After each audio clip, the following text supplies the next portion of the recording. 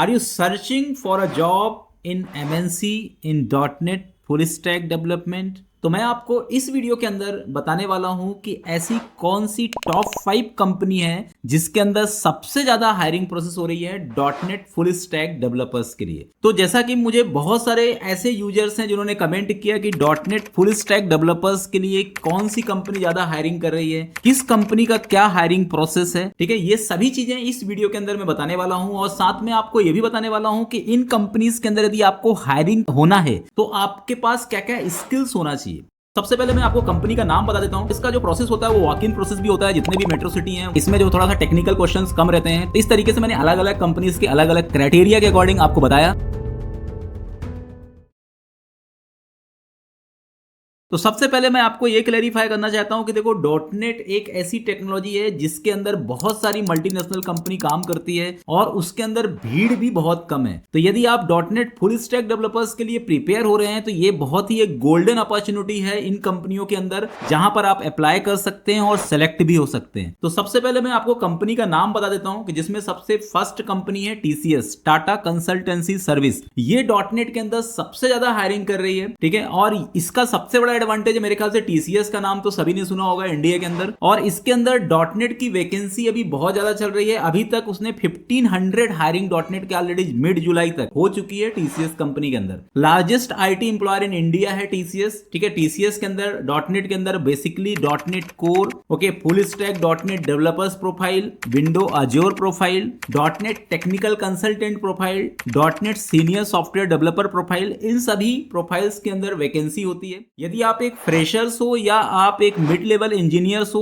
उसके लिए भी इसके अंदर बहुत सारे अलग अलग प्रोफाइल TCS के अंदर होते हैं, ठीक है। TCS का जो पर्टिकुलर रिक्रूटमेंट प्रोसेस होता है वो ऑन कैंपस और ऑफ कैंपस दोनों होता है, ठीक है। बहुत सारे अलग अलग कॉलेजेस हैं जहां पर TCS खुद भी पर्टिकुलर ड्राइव कंडक्ट करती है और वहां से हायरिंग करती है, ठीक है। यदि आप मिड लेवल इंजीनियर्स है तो डायरेक्टली आप TCS के करियर पोर्टल्स पे जाकर के भी अप्लाई कर सकते हैं। और अलग अलग सिटी के अंदर TCS की वॉक इन ड्राइव भी होती है जहां पर .NET डेवलपर्स की वैकेंसी रहती है। तो वहां पर वो अलग अलग जैसे सैटरडे संडे के टाइम पे बहुत सारे अलग अलग टाइप के वॉक इन ड्राइव्स भी TCS कंडक्ट करती है। सेकंड कंपनी है इन्फोसिस, ओके। ये इंडिया की second highest employer based company है। और यदि आप .NET डेवलपर्स का पर्टिकुलर प्रिपरेशन कर रहे हैं तो आप इन्फोसिस कंपनी के करियर पोर्टल पे भी जाकर के अप्लाई कर सकते हैं। इसके अंदर भी on campus off campus drive होता है, ठीक है। इसके अंदर जो रिक्वायर्ड स्किल है वो C#, ASP.NET core, ASP.NET core MVC, इसमें entity framework, MS SQL database, window azure, इन सभी का यदि आपको नॉलेज है तो आप इन्फोसिस कंपनी के अंदर अप्लाई कर सकते हैं। इसके अंदर अभी रिएक्ट JS या एंगुलर JS डेवलपर्स की भी रिक्वायरमेंट है जिसका बैकएंड .NET हो। और इसके अंदर सबसे मेन ये है कि इसमें रिमोट वर्क की अपॉर्चुनिटी भी आपको मिल सकती है और इसमें फ्लेक्सिबल विथ लोकेशंस, मतलब आप किसी भी लोकेशंस, डिजायर्ड लोकेशंस के लिए भी अप्लाई कर सकते हैं। थर्ड कंपनी है विप्रो, ओके। विप्रो आपने नाम सुना होगा, ये भी इंडिया की टॉप मोस्ट IT कंपनी है और इसका भी हायरिंग प्रोसेस बहुत ही बेटर है। और मैं आपको ये भी क्लैरिफाई करना चाहता हूं कि विप्रो के अंदर के 50 to 60% जो प्रोडक्ट या एप्लीकेशंस हैं वो .NET के अंदर बने हुए हैं। जो इसका जो प्रोसेस होता है वो वॉक इन प्रोसेस भी होता है। जितने भी मेट्रो सिटी हैं उन सभी जगह विप्रो के अलग अलग ऑफिस हैं, वहां पर वॉक इन भी रहता है, ठीक है। आप इसके अंदर के करियर पोर्टल में भी जाकर के आप अप्लाई कर सकते हैं। और इसके अंदर सबसे बड़ा प्लस पॉइंट ये है कि ये फुल स्टैक डेवलपर्स में से एंगुलर, जिनके पास एंगुलर का नॉलेज है उनको ज्यादा प्रायोरिटी अभी मिल रहा है विप्रो के अंदर। तो एंगुलर या रिएक्ट मतलब .NET फुल स्टैक डेवलपर्स की ही डिमांड चल रही है इस कंपनी के अंदर। इसका हायरिंग प्रोसेस भी बहुत अच्छा है। अब मैं आपको कुछ और कंपनीज के बारे में बताना चाहता हूं। जैसे ये तो टॉप 3 कंपनीज हैं, ठीक है। इसके अंदर मतलब यदि आप अप्लाई करते हो तो डेफिनेटली आपका सिलेक्शन हो सकता है। इसके अलावा 2 कंपनी और हैं जो अभी बहुत ज्यादा बहुत फास्टर वे में हायरिंग कर रही है। इसमें कॉग्निजेंट है। कॉग्निजेंट कंपनी अभी बहुत सारे वॉक इन ड्राइव्स इंडिया के अंदर कंडक्ट कर रही है और इसके अंदर .NET फुल स्टैक डेवलपर्स की रिक्वायरमेंट है। इसके अंदर पर्टिकुलर इंटरव्यू राउंड्स भी बहुत ही लिमिटेड है। इसमें मतलब 2 राउंड ही इंटरव्यू के होते हैं और आपका सिलेक्शन हो सकता है। और इसका जो सिलेक्शन चांसेस है, मतलब ये सिलेक्शन होने के चांसेस आपके बहुत ज्यादा होते हैं यदि आप एक्सपीरियंस, मतलब आपको 1 ईयर या 2 ईयर का एक्सपीरियंस यदि है तो आप कॉग्निजेंट कंपनी के अंदर इजिली अप्लाई कर सकते हो। और एक लास्ट कंपनी बताना चाह रहा हूं जिसकी अभी हायरिंग बहुत ज्यादा 2025 में है, LTI Mindtree, okay. Mindtree company का नाम आपने सुना होगा। इसके अंदर अभी .NET developers, Azure developers, Angular roles, इनके लिए बहुत सारे वैकेंसीज हैं। आप उनके करियर पोर्टल में जाकर के आप चेक भी कर सकते हो। और इसके अंदर बहुत ही लेस क्राउडेड हायरिंग प्रोसेस, जैसे आपने देखा होगा कि जनरली जैसे TCS इन्फोसिस के अंदर बहुत सारे लोग अप्लाई करते हैं पर LTI Mindtree के अंदर बहुत कम लोग अप्लाई कर रहे हैं। तो यहां पर आपको क्राउडी इन्वायरमेंट नहीं मिलेगा और इसके अंदर जो मिड करियर कैंडिडेट्स हैं, मतलब जिनका 1 साल से 3 साल का एक्सपीरियंस है, उनके लिए बहुत सारा अपॉर्चुनिटी है, आप यहाँ पर अप्लाई कर सकते हैं।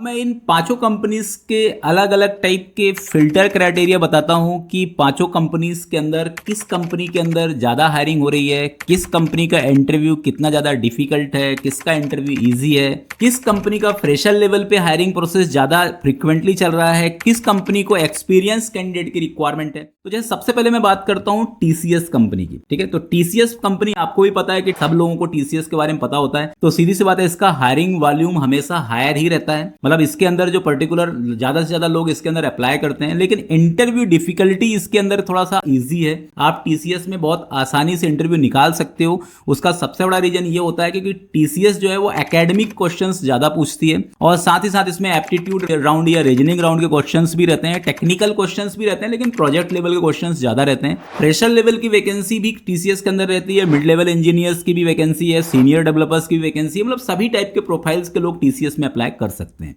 दूसरे नंबर पे बात करता हूं मैं इन्फोसिस के अंदर का। तो इन्फोसिस के अंदर का जो हायरिंग वॉल्यूम है वो टीसीएस से थोड़ा सा कम है, मतलब ज्यादा कम तो नहीं है, बस 10-20% का डिफरेंस होता है। लेकिन इंटरव्यू डिफिकल्टी आपका इन्फोसिस का थोड़ा सा ज्यादा रहेगा, क्योंकि आपको ही पता है कि इन्फोसिस के अंदर के जो क्वेश्चंस होते हैं वो प्योरली टेक्निकल क्वेश्चंस रहते हैं, डेटाबेस के क्वेश्चंस रहेंगे, कुछ रियल टाइम इंप्लीमेंटेशंस रहेंगे, प्रोजेक्ट लेवल के क्वेश्चंस रहेंगे, और इसके अंदर फ्रेशर्स और मिड लेवल दोनों की हायरिंग होती है, ठीक है। मतलब यदि आप फ्रेशर्स हो तब भी आप इसके लिए अप्लाई कर सकते हो, मिड लेवल इंजीनियर्स हो तब भी आप अप्लाई कर सकते हो। अब मैं तीसरी कंपनी बात करता हूं विप्रो की, ठीक है। विप्रो के अंदर का जो हायरिंग वॉल्यूम है वो लगभग इन्फोसिस के बराबर ही है, टीसीएस से कम है लेकिन इन्फोसिस के इक्विवेलेंट है। इसका इंटरव्यू डिफिकल्टी थोड़ा सा इन्फोसिस के कंपैरिजन में कम होता है, क्योंकि उसका रीजन ये है कि विप्रो के अंदर भी एकेडमिक के क्वेश्चन ज्यादा पूछे जाते हैं, रीजनिंग, एप्टीट्यूड, इस टाइप के क्वेश्चन ज्यादा पूछे जाते हैं। इसमें जो थोड़ा सा टेक्निकल क्वेश्चन कम रहते हैं, ठीक है। जैसे एक्चुअली क्या है, जो क्वेश्चन का लेवल रहता है वो थोड़ा सा सरल भी रहता है फ्रेशर लेवल पे खासतौर से, ठीक है। मिड लेवल इंजीनियर्स भी आसानी से इसका इंटरव्यू क्रैक कर सकते हैं यदि आपने अच्छे से पढ़ाई करी है, ठीक है। नेक्स्ट आपके कंपनी की बात कर रहा हूं कॉग्निजेंट। कॉग्निजेंट के अंदर जो हायरिंग वॉल्यूम है वो एज कंपेयर टू इन्फोसिस और विप्रो से थोड़ा सा कम रहता है,